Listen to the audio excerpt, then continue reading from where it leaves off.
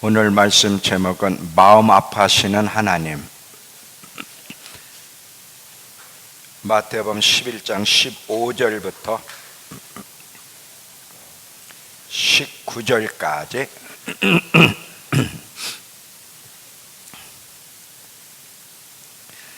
귀 있는 자는 들을지어다. 이 세대를 무엇으로 비유할까?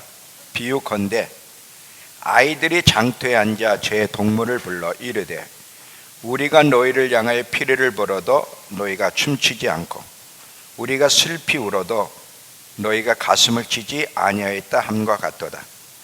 요한이 와서 먹지도 않고 마시지도 아니하며 그들이 말하기를 귀신이 들렸다 하더니 인자가 와서 먹고 마시며 말하기를 보라 먹기를 탐하고 포도주를 즐기는 사람이요 세리와 죄인들의 친구로다 하니 지혜는 그 행한 일로 인하여 옳담을 얻느니라. 마음 아파하시는 하나님, 우리가 죄를 질 때마다 하나님이 마음 아파하시죠. 왜냐하면 죄의 삭은 사망이기 때문에. 그러나 특별히 이 시점에서 하나님이 마음 아파하시는 두 가지가 있는데 그 부분을 좀 이야기하려고 합니다. 왜냐하면 이것을 인식하지 못하고 있기 때문에. 하나님이 마음 아파하시는데도 모르는 것처럼 어리석은 삶이 없기 때문에 그 부분을 좀 이야기하려고 합니다. 오늘 이 말씀이 시작이 어떻게 들어가냐면 귀 있는 자는 들을지어다 그래. 이게 메시지 성경에 보니까 너희는 듣고 있느냐? 정말 듣고 있느냐? 여러분에게 물어보는 거야. 너희 정말 들을 준비가 돼 있니? 내가 말할 건데 들을 준비가 돼 있어? 이렇게 하는 거예요. 꼭 들어야 돼 하면서 이제 비유로 이 세대가 하나님 앞에 어떤 세대인지를 설명하는 거예요. 자, 이 부분을 이제 들어가기 전에 먼저 또 서론을 이야기하면서 함께 또 이 말씀을 좀 나누려고 하는데, 여러분 주님 오실 때까지 늘 자기 점검의 삶을 꼭 하셔야 돼요. 내 신앙이 살아있는 신앙인 죽은 신앙인지. 요한계시록에 나오는 4대 교회를 보면 그 교회는 살았다는 이름을 가졌으나 죽은 교회라 그랬어요. 그들은 자기 상태를 몰랐어요. 자기들은 살았다고 생각하는 거예요. 왜? 예수 믿고 교회를 다니니까. 그런데 하나님 보실 때는 죽었다는 거지. 자, 여기서 이들이 자기 상태를 전혀 모르고 있는 것을 보게 돼. 이럴 수 있습니까? 네. 근데 참 감사하게도 이렇게 대부분이 죽어 있는 상태인데도 많은 숫자는 아니지만 몇 명이 자기 옷을 더럽히지 아니하므로 흰 옷을 입고 나와 함께 다니는 사람들이 있다는 거죠. 자, 우린 그냥 예수를 믿으면 하나님과 늘 함께 다닐 수 있다고 생각하는데 여기 보니까 죽어있는 교회에는 하나님이 함께 하실 수가 없어요. 흰 옷을 입은 자만 예수님과 함께 하는 거야.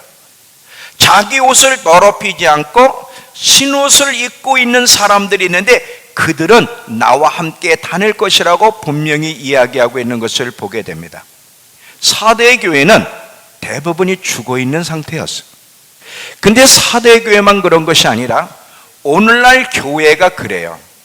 오늘 한국에 교회가 얼마나 많습니까? 근데 과연 하나님 보실 때 살아있는 교회가 얼마나 되는가? 얼마나 많은 교회가 하나님 보실 때 죽어있고 얼마나 많은 성도들이 죽어있는지. 근데 문제는 자기 점검을 안 하게 되면 자기가 죽어있는지 살아있는지를 알지 못하게 된다는 거예요. 근데 왜 이 점검이 필요하냐면 살아있어야, 깨어있어야만 예수님을 만날 수 있기 때문에 그래. 자, 또 보세요. 열처녀 비유를 보면 지혜로운 5처녀는 신랑이 올 때까지 항상 불이 꺼지지 않도록 꺼지고 있는지를 점검하며 꺼질만 하면 계속 꺼지지 않도록 기름을 준비하며 살았어요. 지혜로운 5처녀는 계속 자기 점검을 하는 거예요. 신앙 상태를. 근데 어리석은 5처녀는 여러분 한번 생각해 봐요. 불이 꺼져가고 있어. 기름도 없어. 근데 언제서야 점검을 하냐면 신랑이 왔을 때 신랑이로다 맞으러 나오라 할 때 보니까 불이 꺼져가. 기름을 집어넣어야 되는데 기름도 없어. 어떻게 이럴 수 있을까? 예수님이 오실 때까지 자기 점검하지 않는 사람이 어떤 결과를 맞이하는지를 열처녀 비유는 우리에게 가르쳐줘요. 제가 늘 그러죠. 예수를 믿는다고 고백만 해서 천국 가는 게 아니라고. 제가 오늘 이 죽어있는 상태의 예 하나만 얘기를 드릴게요. 내가 살아있는 신앙인지 죽어있는 상태인지는 여러 가지로 테스트할 수 있는데 그 중에 하나가 말씀을 들을 때 어떻게 받아들이느냐. 하나님의 말씀은 징계든 어떤 말씀이든 사랑의 말씀이에요. 살리고 싶어하는 말씀이에요. 그런데 하나님의 말씀을 전하는데 딱 거부가 오는 사람들이 있어요. 불편하고 거부가 딱 오는 사람들이 있을 수 있는데 그 사람들은 뭐냐면 어느 부분에 죽어있기 때문에 그러는 거예요. 잘 보세요. 하나님의 말씀은 살아있는 말씀이에요. 살리는 말씀이기 때문에 내가 살아있다면 그 말이 시험될 일이 없고 거부할 일이 없어. 근데 어떤 부분에서는 딱 걸려 뒤틀리고 거부가 되고 시험이 온다는 것은 그 부분에 죽어 있다는 거예요. 우린 내가 살아있는 신앙을 갖고 있는지 죽은 신앙을 갖고 있는지는 알 수가 있어. 조금만 신경을 쓰면서 자기 점검을 하려고 애를 쓰게 되면 특별히 말씀을 통해서 어떤 모습이 살아있는 거고 어떤 모습이 죽어있는지를 계속 예수님이 말씀하시기 때문에 우리가 자기 점검하며 신앙 생태가 어떤지를 알려고 애를 쓰면 알 수 있는데도 불구하고 이 부분에 관심이 없어요. 그냥 교회 다니고 예배만 보면 모든 게 오케이.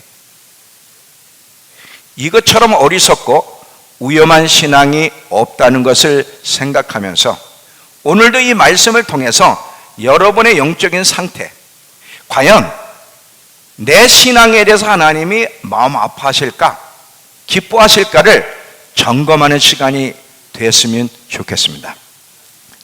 오늘 이 세대가, 지금 이 세대, 예수님 시대 때나 지금이나 똑같아. 인간은 똑같은데 이 세대가 어떻게 하나님 반대편에 서 있는지를 설명하는 거예요. 그러면서 그것이 얼마나 하나님의 마음을 아프게 해드리는지. 우리 그리스도인들은 하나님을 기쁘시게 하기 위해서 존재하는 사람들이 그리스도인이에요. 사도 바울의 생애를 보면 그는 다메섹에서 거듭난 이후에 평생에 한 가지 소원이 있었는데 하나님을 기쁘시게 하는 거예요. 어떻게 살아가는 것이 하나님을 기쁘시게 하는 것일까를 늘 생각하며 살았던 사람이 바울이고, 사나 죽으나 이제는 더 이상 나는 나의 것이 아니라 주님의 것이라는 걸 깨달았고, 그 자기의 시간 동안 하나님이 어떤 분이시고 예수님이 어떤 분이신지를 알아가며 그 예수 안에 있는 자기를 발견하고 힘쓴 사람이고, 자기 삶을 통해 오직 예수님만이 높임받기를 원하며 평생 산 사람이 사도 바울입니다. 이거는 사도 바울이라고 하는 특별한 사람만의 삶이 아니라 모든 그리스도인을 향한 하나님의 요구하는 사실을 알았던 거예요. 사도 바울은 평생 하나님을 기쁘시게 하는 것이 무엇인지를 생각했고 하나님을 기쁘시게 하니 뭔지를 알았기 때문에 그렇게 살았던 것이지 특별한 사람이었기 때문에 살았던 것이 아니라는 사실을 기억하면서 왜 이렇게 살아야 되느냐? 하나님이 인격적인 분이기 때문에. 하나님은 인격을 가지고 계신 하나님이에요. 인격을 가지고 계시다는 게 무슨 말이야? 하나님은 기뻐하기도 하고 슬퍼하기도 하고 마음 아파하시기도 하고 분노하기도 하신다는 사실을 기억하셔야 돼요. 우리가 어떤 선택과 행동하느냐에 따라서 하나님이 기뻐하시기도 하지만 하나님이 마음 아파하시기도 하고 하나님이 분노하시기도 하신다는 사실을 우리는 기억하셔야 됩니다. 왜 이것에 집중해야죠? 우리의 모든 삶은 이 땅에서 살고 그냥 그것으로 끝나는 것이 아니라 이 땅에서의 모든 삶은 반드시 결과를 만들어내는데 우리 영혼의 운명, 심판대 앞에서 어떤 심판을 받고 영원한 세계 속에서 어떻게 영혼을 보낼 것이냐, 우리 영혼의 운명과 직결되어 있기 때문에 아주 신중하게 생각하며 살아야 돼. 과연 어떻게 사는 것이 하나님을 기쁘시게 하고 어떤 삶이 하나님의 마음을 아프게 해드리는지를 생각하며 살아야지, 생각 없이 살아가는 사람만큼 어리석은 사람이 없다는 것을 기억하셔야 돼요. 여러분, 좋은 날을 원하세요? 그 나라를 넉넉히 들어가고 싶습니까? 그렇다면 진지하게 여러분의 인생을 생각하며 사세요. 이 자기 삶에 대해서, 자기 신앙에 대해서 점검하며 진지하게 생각하지 않는 사람만큼 어리석은 사람이 없어요. 하나님을 믿지 않는 사람만 어리석은 게 아니에요.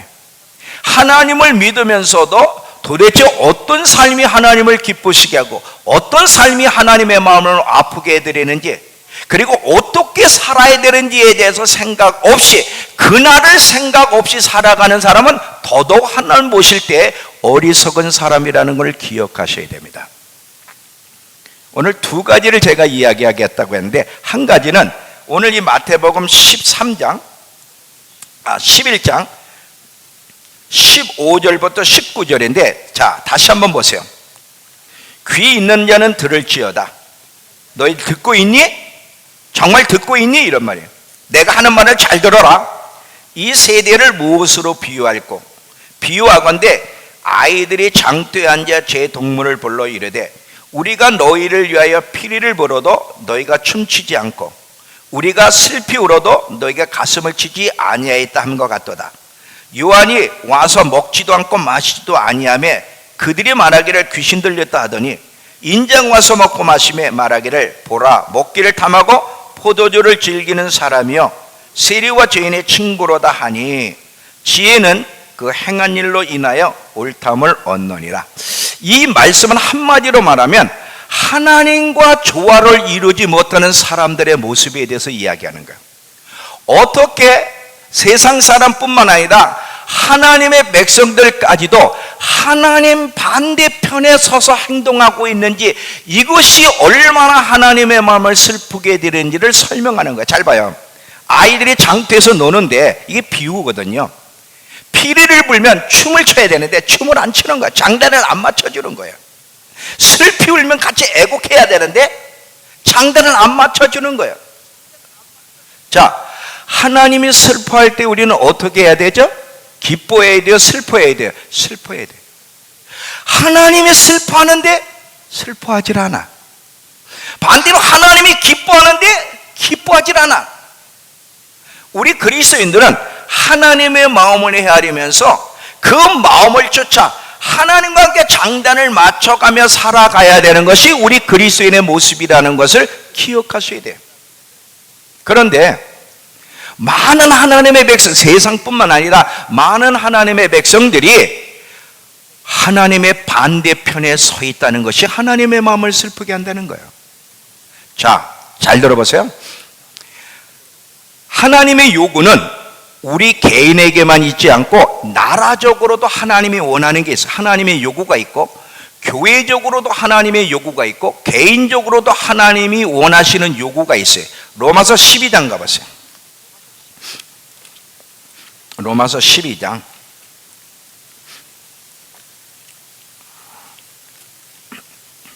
2절에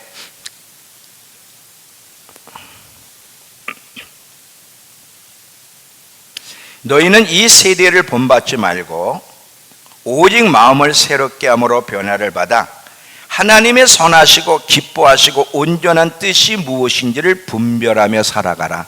이제 우리는 변화된 사람이야. 세상 사람들은 늘 자기에게 관심이 있어요. 근데 하나님의 백성들은 새로운 피조물이야. 관심이 오직 하나님 한 분이야. 그분의 요구가 뭐냐? 하나님의 뜻이 뭐냐? 하나님이 지금 기뻐하시느냐 슬퍼하시냐를 알며 거기에 반응하며 사는 사람들이 그리스도인이라는 거예요.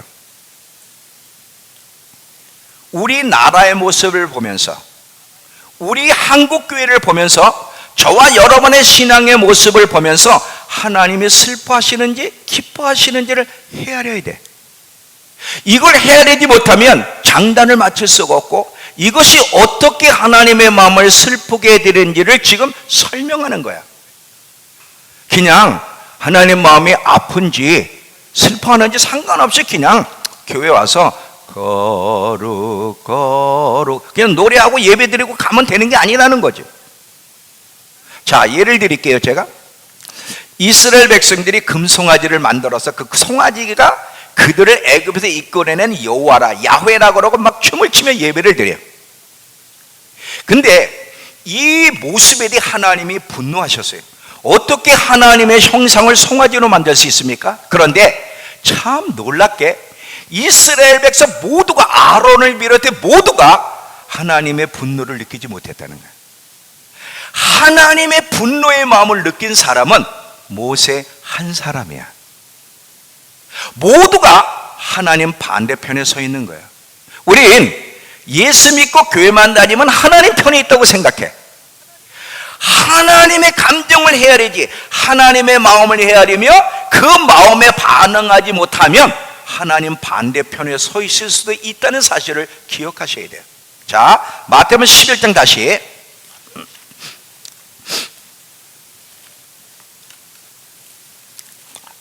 11장 19절에 보면 그 비유에 대해서 이렇게 19절에 결론을 내려요. 맨 끝에 줄 보면 지혜는 그 행한 일로 인하여 옳담을 얻느니라. 자, 만약에 저와 여러분이 하나님 앞에 지혜 있는 자라는 말을 하나님께로부터 들으려면 하나님의 마음을 알고 그 마음대로 반응하는 사람에 대해, 지혜는 행함으로 옳다. 그 지혜가 옳은지 아닌지는 행함으로 안 되는 거예요. 만약에 저와 여러분이 정말 하나님 앞에 지혜로운 자라면 하나님의 마음을 헤아리고 그 마음대로 반응하는 것이 바로 지혜라는 거지. 아까 이스라엘 사람들이 금송아지를 섬겼는데 모두가 다 지금 하나님이 얼마나 그 일에 분노하고 계신지를 생각하지 않고 모두가 춤을 추고 있어요. 하나님은 진노하고 있는데 그들은 춤을 추고 있어요. 이들이 지혜로운 사람이에요? 어리석은 사람이에요? 아주 어리석은.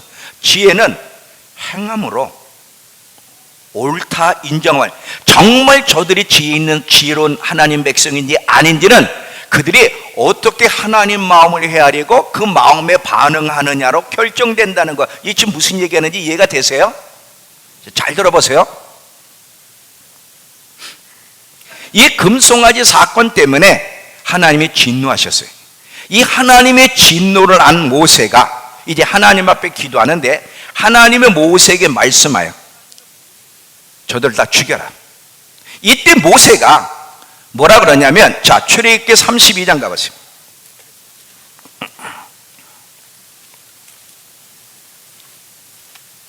출애굽기 32장 26절.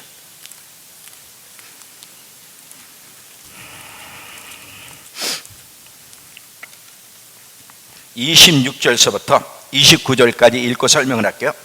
이에 모세가 진문에 서서 이르되 누구든지 여호와의 편에 있는 자는 내게로 나오. 하나님 편에 있는 자와 아닌 자가 있다는 거예요. 하나님 편에 있는 자는 내게로 나오라 하매 레위 자손이 다 모여 그에게로 가는지라. 모세가 그들에게 이르되 이스라엘 하나님 여호와께서 이렇게 말씀하시기를 너희는 각각 허리에 칼을 차고 진 이문에서 저 문까지 왕래하며 각 사람이 형제를, 각 사람의 자기 친구를, 각 사람의 자기 이웃을 죽이라 하셨느니라. 레위 사람이 모세의 말대로 행하며 이날에 백성 중에 3,000명가량이 죽임을 당하니라. 모세가 이르되 각 사람이 자기 이웃과 아들, 자기의 형제를 쳤으니 오늘 여호와께 헌신하게 되었느니라. 그가 오늘 너희에게 복을 내리시리라. 그래. 잘 들어보세요. 지금 모두가 하나님 반대편에 서서 하나님의 진노를 사고 있는데 하나님의 마음을 가진 모세가 하나님 편에 쓸 자가 누구냐 그래. 그때를 레위 지파가 섰어요.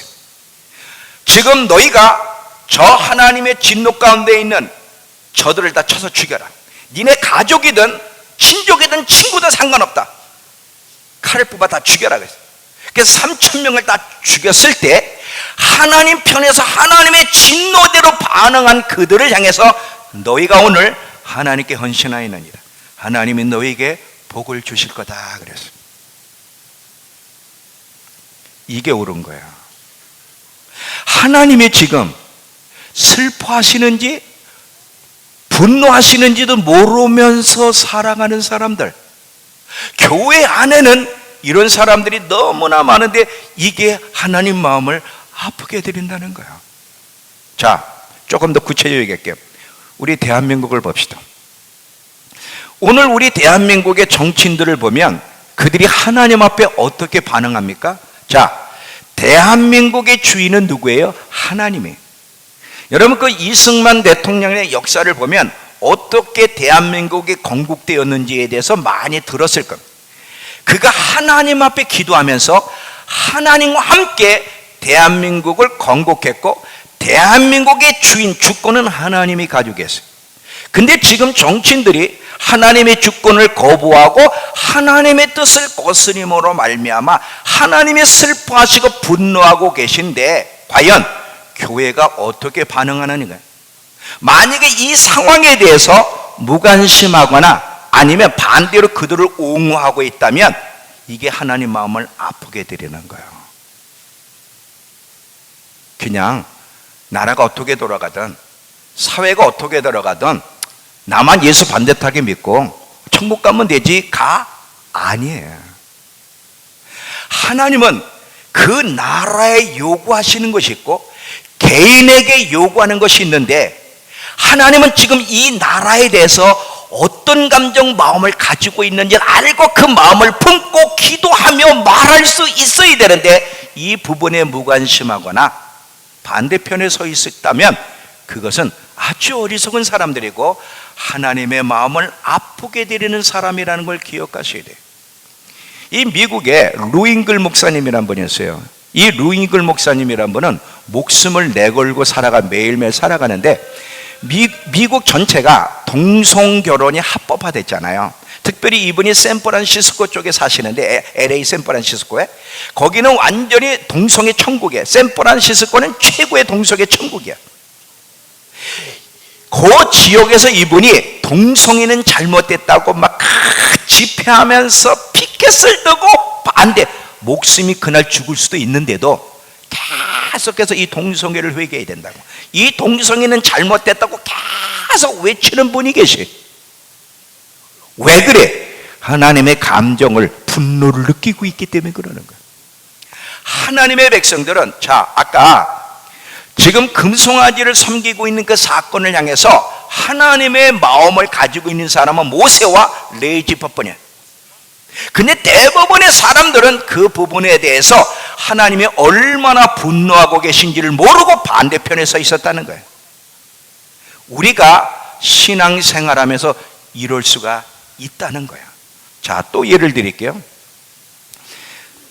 민수기 25장에 바알보을 사건이 나와. 그게 뭐냐면, 발락이라고 하는 모압 왕이 발람을 불러서 이스라엘을 저주해달라는데 저주할 수가 없어. 하나님이 축복하니까. 만약에 네가 저주해주면 내가 너에게 상금과 함께 높은 지위를 줄 테니까 저주해달라 그래. 근데 할 수가 없었죠. 이때 발람이 발락에게 꾀를 하나 줘요. 저들 스스로가 저주받을 수 있는 길이 있는데 뭐냐? 저들이 너희 앞을 지나갈 때 여인들을 앞에 세워라. 여인들을 세워서 여인들로 저 젊은이들을 유혹하게 하고 너희 제사에 참여하여 우상 숭배하고 성행위를 하게 해라. 그러면 하나님께 범죄하게 되면 하나님의 진노를 받을 거다 그래요. 그래서 실제 그 일이 일어났어요. 그 일이 일어난 것 때문에 하나님이 진노하여, 성경에 보면 진노하여 그 수령들을 다 목을 쳐서 다 달아나라 그래요. 성문에다 다 달아나라. 다 달아나라. 그래서 어마어마한 심판이 이루어져서 백성들을 슬퍼하고 있는 그때에 시므온 족속의 시블이라는 족장, 젊은 족장과 고습이라는 여인이 그 지금 미디안 사람들 때문에 그 일이 일어나는데 그 여인과 함께 텐트에 들어가. 장막에 들어갈 때 하나님의 분노를 가지고 있었던 아론의 손자 비느하스의 제사장이 가서 창으로 그들을 찔러 죽입니다.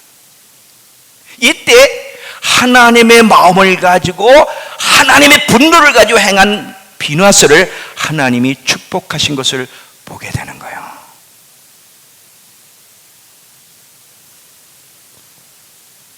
자, 또 보세요.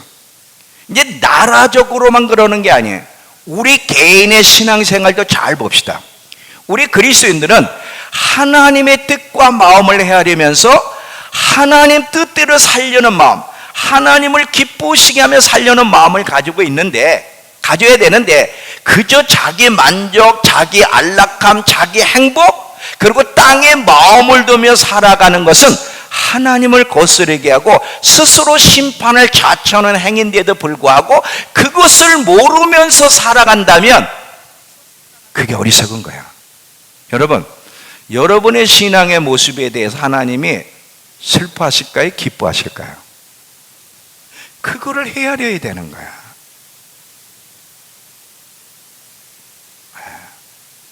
만약에 하나님의 마음을 헤아리며 살지 못한다면 자기도 모르게 의도적이진 않지만 하나님 반대편에 쓰게 되고 하나님의 반대편에 쓰게 될 때 하나님이 마음 아파하시고 진노하신다는 사실을 기억하면서 오늘 이 세대가 그렇다는 거야.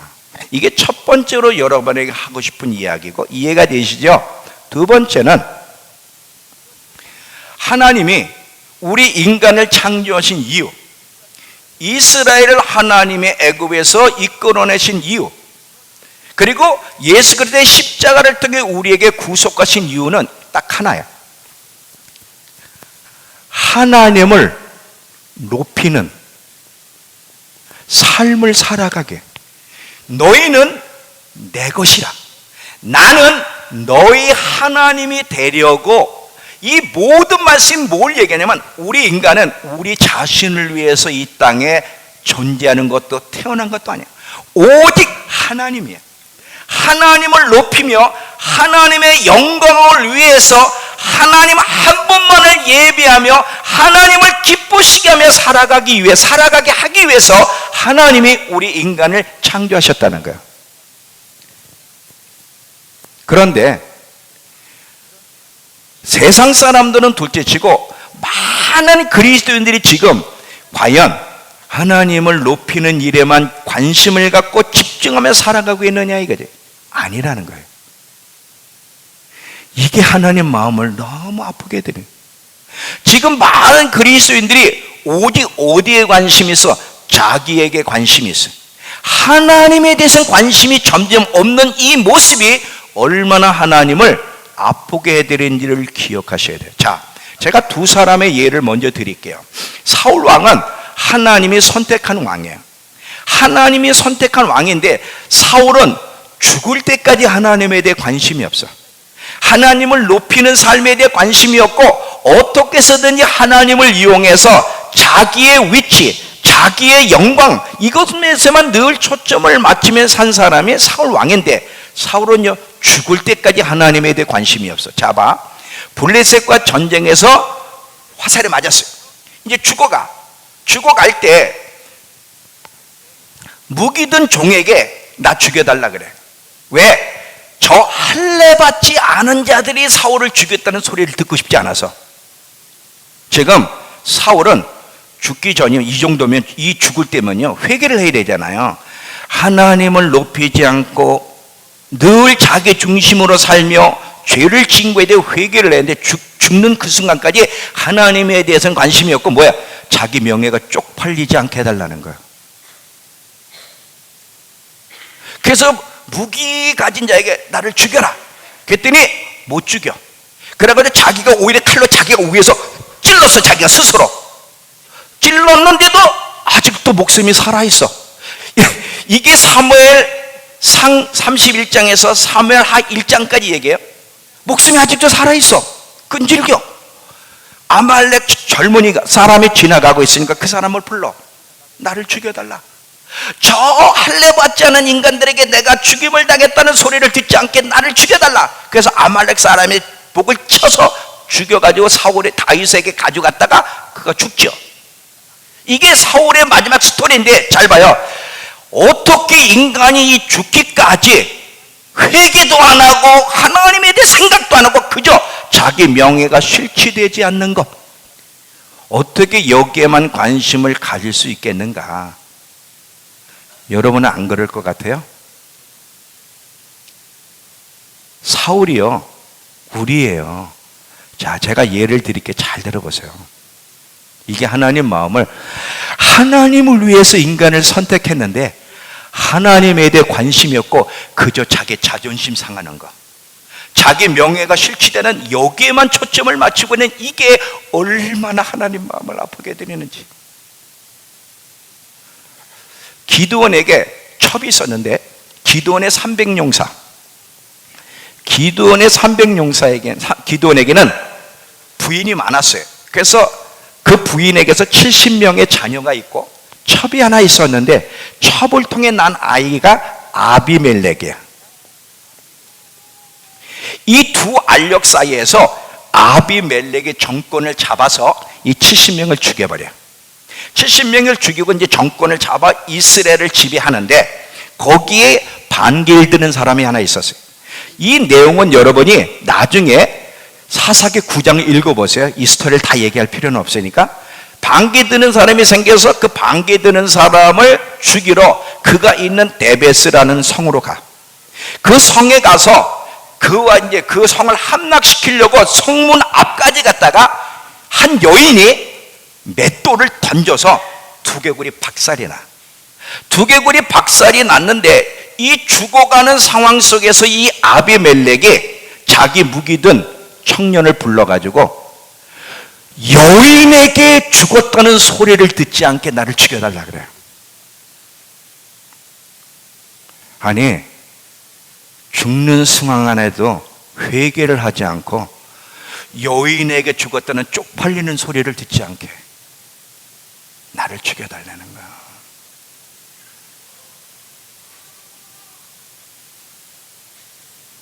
이게 사람이에요. 이게 여러분이에요. 이게 저예요. 자, 제가 예를 드릴게요. 과연 우리는 이들과 다른가 봅시다. 우리 늘 고백하는 게 있죠. 사나 죽으나 주의 것. 노래도 있잖아. 사나 죽으나 사나 죽으나. 노래도 한단 말이에요. 노래도 하고 고백도 해. 그리고 하나님 영광 받으셔서 높임 받으셔서 하지만 실제로 그렇게 사는 사람이 누가 있어? 온통 자기에게 집중돼 있어. 여러분이 지금 힘들어하고 있다면, 어떤 것 때문에 분노하고 있다면 누구 때문에 분노하는 거야? 하나님 때문에 분노합니까? 여러분 자존심 건드리고 여러분의 위상을 아프기 때문에 분노합니까? 뭐 때문에 분노하고 뭐 때문에 힘들어하는 거예요? 우리가 이 땅에 살아가다 보면, 잘 들어봐요, 자존심 상하는 일이 많이 만나요. 모욕받는 일도 많이 만나고요, 비참해지는 순간들이 많이 만나. 근데 이런 일을 만날 때 많은 사람의 상처를 받고 그리고 그것 때문에 힘들어하고 분노하지만 대부분이 왜 힘들어하고 분노하냐면 자기 자존심을 건드렸기 때문에 그러는 거야. 자기 위상을 해롭게 했을 때 힘들어하고 분노하는 우리의 모습을 우리가 보지 않느냐 이거지. 근데 하나님이 우리를 창조하신 목적이 뭐라고요? 하나님을 높이는 거는 없어. 자, 제가 예를 또 드릴게요. 좀 더 구체적으로.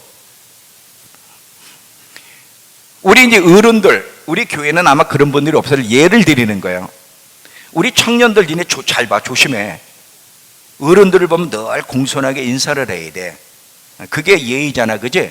근데 이제 인사를 못 할 수도 있잖아. 뭐 바쁘면 뭐 어쩌면. 그러면 이제 예를 들면 어른들이 지나가는데도 쳐다보지도 않고 인사도 안 해. 그러면 이제 속상한 거야. 쫀심 상해가지고. 요즘 젊은 것들이 말이지, 어른을 알기를 뭐같이 한다고? 자존심 상해. 왜 자존심 상하고 화가 났어? 하나님 때문에 자기 자존심, 위상, 어른 대접은 안 해줬다는 거지. 자, 또 보세요. 어떤 성도가 나를 쳐다보지도 않아. 그러면 화가 확 나. 왜 화가 나? 하나님 때문에야? 예를 들면 권사나 장로 정도 되면 교회 어른 아닙니까? 어른 대접을 받고 싶거든. 근데 이 새파란 젊은 집사가 얼굴 쳐다보지도 않고 인사도 안 해. 그러면 확 화가 나. 왜 화가 나? 자기 위상을 세워주지 않았거든. 자존심을 건드렸단 말이지. 이게 인간이에요. 자, 또 보세요. 우리 가운데는 힘든 시간을 보내는 분들이 있잖아. 이 힘든 시간에 막 재정도 바닥이고 되는 게 없고, 그런 상황을 만나면 주위 사람들이 나를 어떻게, 아이고 예수 믿다 망했네, 이 소리 들을까봐 자존심, 이 소리가 들리면 어떤 면으로도 이런 소리가 들리면 자존심 상하는 거야. 그것 때문에 괴로워하고. 하나님 때문에가 아니야 지금. 자, 또 보세요. 부인들이 남편 때문에 힘들어요. 남편들 때문에 무시당한 거, 아내 대접을 하고, 말이 좀 거칠어지네, 조심해야 되겠네, 존중하지 않는다는 거야. 그것 때문에 너무 힘들어 울어. 왜 울어? 하나님 때문에 울어? 아니야, 존심 상해서, 자존심 상해서. 제 간증을 할게요. 제가 인도네시아 집회를 갔을 때 3,000명이 넘는 교회에 집회를 3년을 갔어요. 거기. 제가 주강사야. 제가 주강사에서 막 아침 저녁 집회를 하는데 수목금토주일 아마 이렇게 했을 거예요. 근데 토요일 날 오후에 한 타임 청년들에게 집회하는 사람이 말레이시아에서 젊은 목사가 왔어요.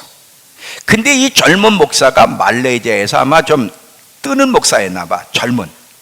근데 이분이 토요일 날 그 교회에 청소년들을 위해서 딱 한 타임 강의하러 왔는데, 나중에 집회 끝나고 밥 먹으러 가려는데 담임 목사가 없어. 담임 목사가 없고, 그래서 제가 담임 목사님은 어디 가시고 당신들이 이렇게 왔냐 그랬더니, 담임 목사님은 말레이시아에 오신 그 목사님을 섬기러, 식사 대접으로 모시러 가고 자기들 보러 나 대신 대접하러 보냈대. 기분 상해 좋아. 누가 주강사야 지금? 내가 주강사잖아. 나를 개떡같이 하네. 아직도 잊질 않아. 뭐 자존심하면 그분이 매년 와달라 그랬는데 매년 끝났어. 자존심이, 그때는 제가 어릴 때야. 또 자존심이 상해가지고 잠자는데도 그 생각이 나고 앉아있는데도 그 생각이, 너무 자존심. 아니, 주강사를 우습게 보고 한 타임 온 사람에게 온 마음을 집중할 때 얼마나 자존심 상하냐 이거지. 또 하나가 있어요. 일본에 집회를 갔는데, 일본의 큰 교회 집회를 갔어요. 일본에서 200명 300명 모인다면 큰 교회 중에 하나야. 그리고 거기에 담임 목사님은 일본에서도 알아주는 책까지 쓰신 목사님인데, 거기에 집회를 갔어. 거기 집회를 갔는데 교회가 크고 재력도 있잖아요. 그러면 강사, 우리 집사람하고 갔을 때 강사를 어디다 모셔야 돼? 보통은 호텔에다 모셔야 되잖아. 3층 저 애기들 있는 유아실에다 우리 부부 자라는 거예요. 거기 갔더니 애들이 이제 거기서 예배를 드리나 봐. 애들 용품이 있고 거기서 3일 동안을 자래. 자존심 상해 안 상해? 근데 그건 누가 그렇게 하신 줄 아세요? 하나님이 제가 어떻게 반응하는지 보시려고. 근데 그때는 몰랐어. 이런 게 중간 테스트라는 걸 제가 모르고 있을 때야. 그때는. 아니, 나를 이렇게 무시해. 아무리 키가 작아도 주강사인데, 아무리 증평에서 와서도 내가 주강사잖아. 지금 그 교회 강사로 왔는데, 아니 좋은 호텔은 둘째치고 그 호텔이 많은데, 아니 그것도 자기 집도 아니고 애들이 자는 저 방에다 우리를 뒀단 말이야. 이게 얼마나 속상한지. 아직도 생생해.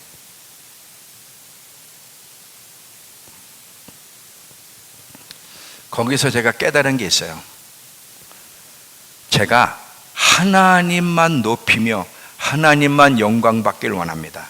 제가 자존심이 구겨지든 않거든, 누가 나를 멸시하고 모욕을 하든 오직 저를 통해 하나님만 영광을 받으시면 저는 그것으로 만족합니다. 그 소리는 많이 했어. 그 소리는 밥 먹듯이 했어. 근데 현장을 만나보니까 안 되는 거야. 안 되는 거야.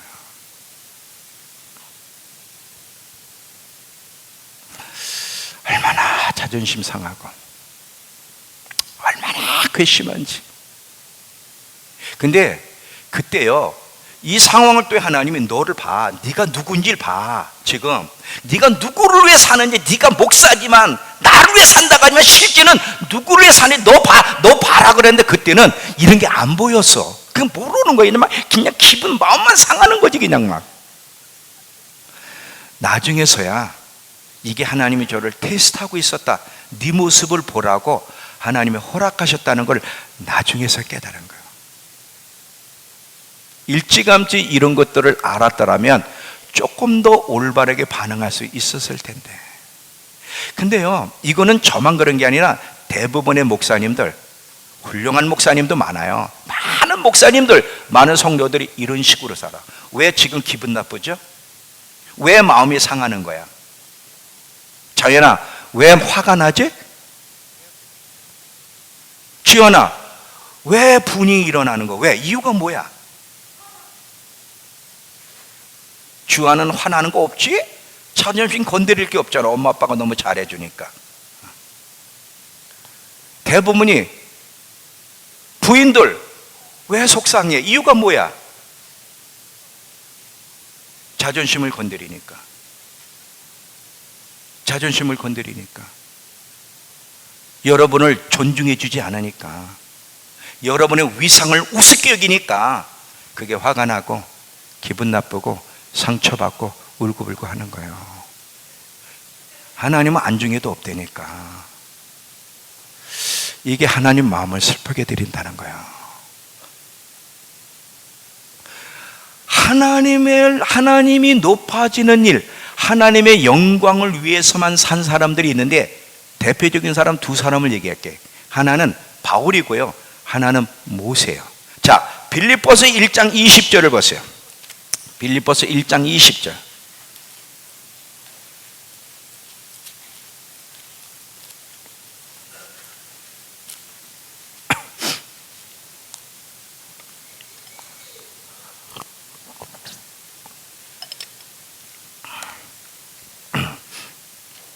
빌립보서 1장 20절. 나의 간절한 기대와 소망을 따라 아무 일에든지 부끄러워하지 아니하고 지금도 전과 같이 온전히 담대하여 살든지 죽든지 내 몸에서 그리스도가 존귀하게 되게 하려 함이라. 바울은요, 사람들이 자기를 짓밟든 무시하든 모욕을 주든 자존심 상하든 상관이 없어. 어떻게 해서든지 예수 그리스도만 높아지길 원한다. 높아질 수만 있다면 그것으로 만족한다는 거예요. 근데 모세도요 그렇게 살았어요. 잘 들어봐요. 평생 이스라엘 백성이 모세를 환영한 적이 없어요. 항상 모세를 대적해서 힘들 때마다 모세 이놈의 자식아 막 나와보라 그러고 그렇게 대적을 했어. 근데 모세만 대적한 게 아니라 하나님을 향해 계속 반개를 드니까 하나님이 이제 분노하셨어요. 분노하셔서 모세에게, 모세야 너 비켜라. 네가 인도한 저 백성 내가 전부 다 죽이고 새로운 백성으로 하여금 새롭게 해서 너를 가나안 땅으로 이끌어올지 비켜라 그랬더니 모세가 하나님 앞에서 하나님 죽이지 마세요. 근데 왜 자기를 그렇게 힘들게 하고 자존심 상하게 한 백성들을 향해 중보했죠? 이유가 뭐예요? 하나님의 이름 때문에. 하나님, 만약에 하나님이 이 백성을 여기서 광야에서 죽이면 애굽 사람들이 하나님이 얼마나 위대한 걸 봤는데, 세상 사람들이 하나님이 얼마나 위대한 걸 봤는데 가나안까지 이끌어들이지 않고 여기서 죽이면 그 세상 사람들이 하나님을 뭐라고 하시겠습니까? 하나님의 위상이 떨어지지 않습니까? 하나님의 이름에 목침이 나가지 않습니까? 하나님의 이름이 손상당하는 것, 하나님이 높임받는 것이 방해되는 것은 원치 않습니다. 이 백성을 살려주십시오. 그래요. 이 백성을. 모세는 자기 자존심도 관심 없어요. 자기 사람들이 자기를 어떻게 보든, 얼마나 깔보든, 얼마나 무시하든, 얼마나 짓밟든 관심이 없어요. 하나님의 이름이 실추되는 것, 하나님이 높임을 받으셔야 돼. 그 하나님이 땅에 떨어지는 것, 하나님의 영광에 손상되는 여기에만 관심이 있고, 하나님이 그 영광이 손상당하지 않게 해달라고 몸부림을 치며 산 사람이 모세였어요. 내 집에 충성된 자, 내 집에 충성된 자, 내 집에 충성된 자.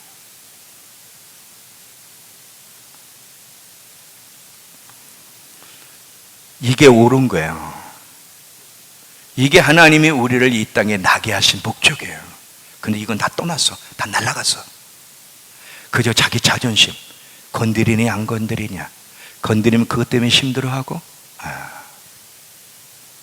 근데 여러분, 이런 식으로 살아가게 되면 하나님을 높이는 일은 뭐 할 수도 없지만 사탄의 노름감이 된다는 사실을 기억하시오.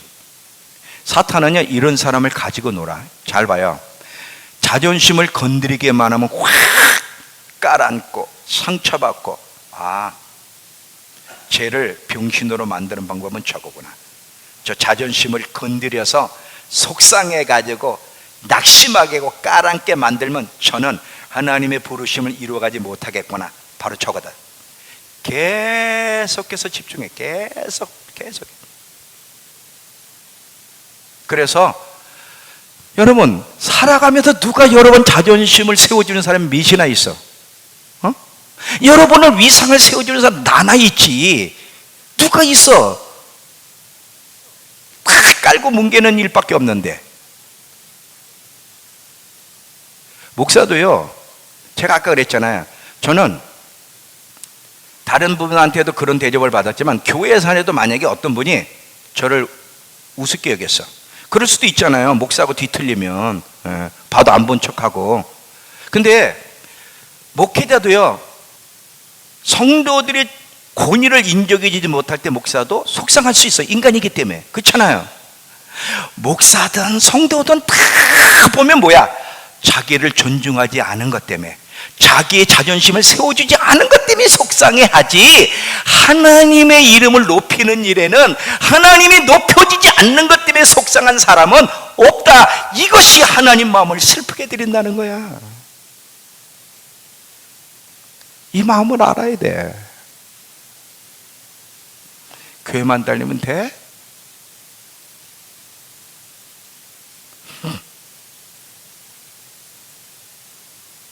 예수님이 이 땅에 오신 것은 여러분 자아를 살려주려고 온 게, 여러분 자아를 박살내려고 해요. 박살내려고.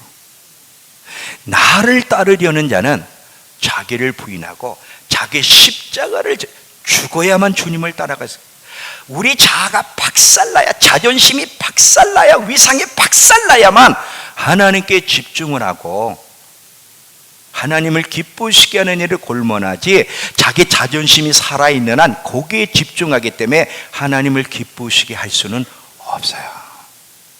자, 이제 결론으로 들어갑니다.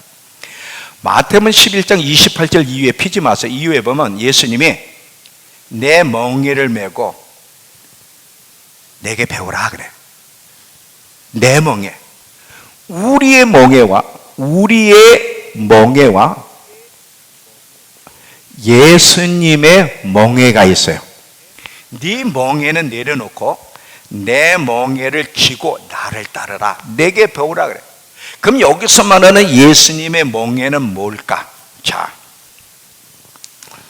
예수님의 생애를 잘 보면요, 예수님은 죽는 그 순간까지 배신, 모욕, 비참함, 자존심이 짓밟힐 대로 짓밟히며 산 삶이 예수님의 생애예요.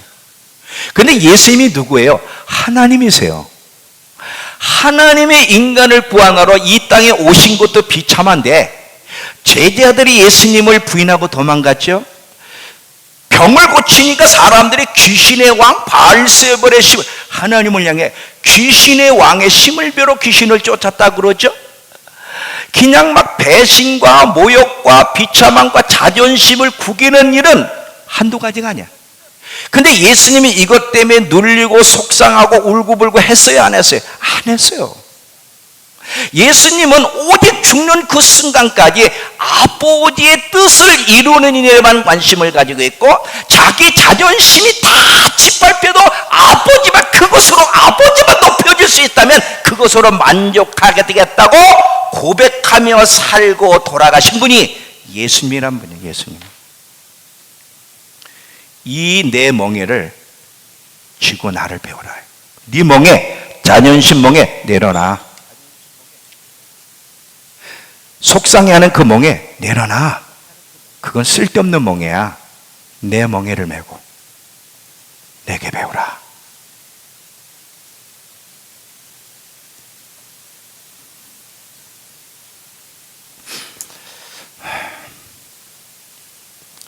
제가 아직도 잊지 않은 성도 한 분이 계세요.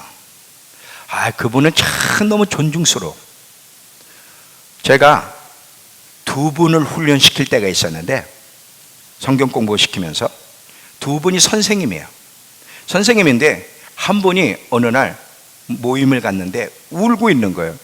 선생님 왜 우세요? 그랬더니 이분은 남편이 사고로 죽었고요, 애가 넷이야. 넷을 키우는 학교 선생님이야. 집사님인데 학교 선생님. 그러니까 혼자서 이제 생활하기가, 애들 키우기가 쉽지 않잖아.